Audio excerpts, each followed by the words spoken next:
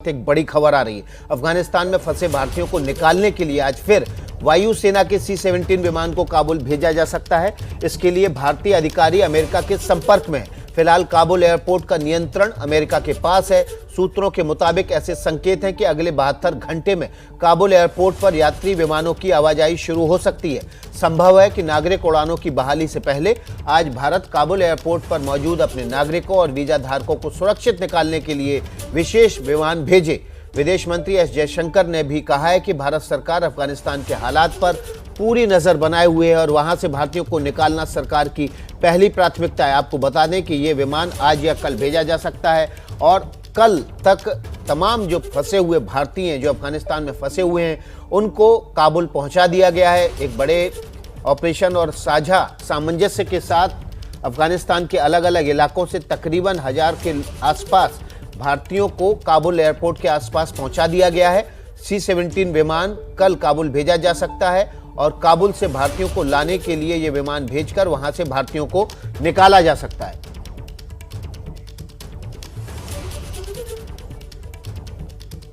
तो देखिए, इस खबर पर आशीष सिंह और प्रणय उपाध्याय दो संवाददाता हमारे बने हुए हैं जो पल पल का अपडेट आप तक पहुंचा रहे हैं। अफगानिस्तान से कोई भी जुड़ी हुई खबर हो, सबसे पहले आप ABP न्यूज़ पर प्रणय उपाध्याय और आशीष सिंह के जरिए ही हासिल कर सकते हैं। तो सबसे पहले प्रणय का रुख कर लेते हैं। प्रणय, कल जाएगा C-17 विमान और अब तक बड़ा सवाल यह है कि अफगानिस्तान के अलग अलग इलाकों से कितने भारतीय हैं जिनको काबुल पहुंचा दिया गया है?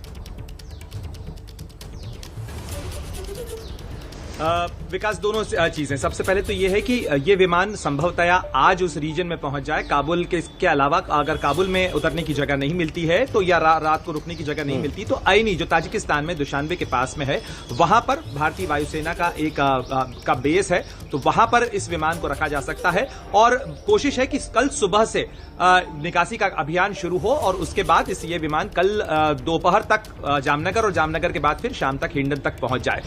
अभी इस तरीके की कार्य योजना बनाई गई है, लेकिन महत्वपूर्ण है, डिपेंड करता है इस चीज के ऊपर कि अमेरिका के साथ में कोऑर्डिनेशन इस चीज को लेकर हो रहा है, किस तरीके से इवैक्यूएशन ऑपरेशन को कंडक्ट किया जाए। बहुत सारे लोग काबुल एयरपोर्ट के पास होटल्स में या जो आसपास की जगह है वहां पर पहुंचाए गए हैं, वहां वो लोग मौजूद हैं।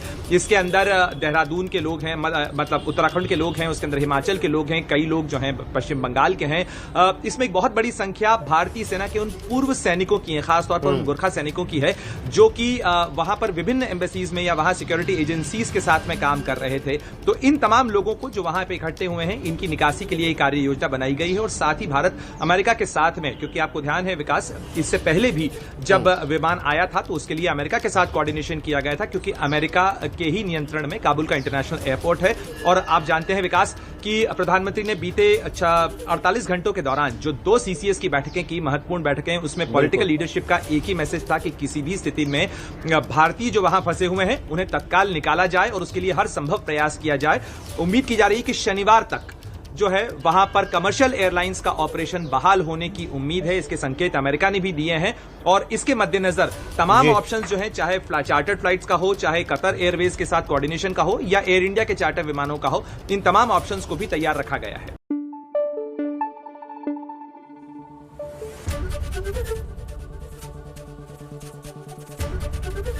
ABP न्यूज आपको रखे आगे।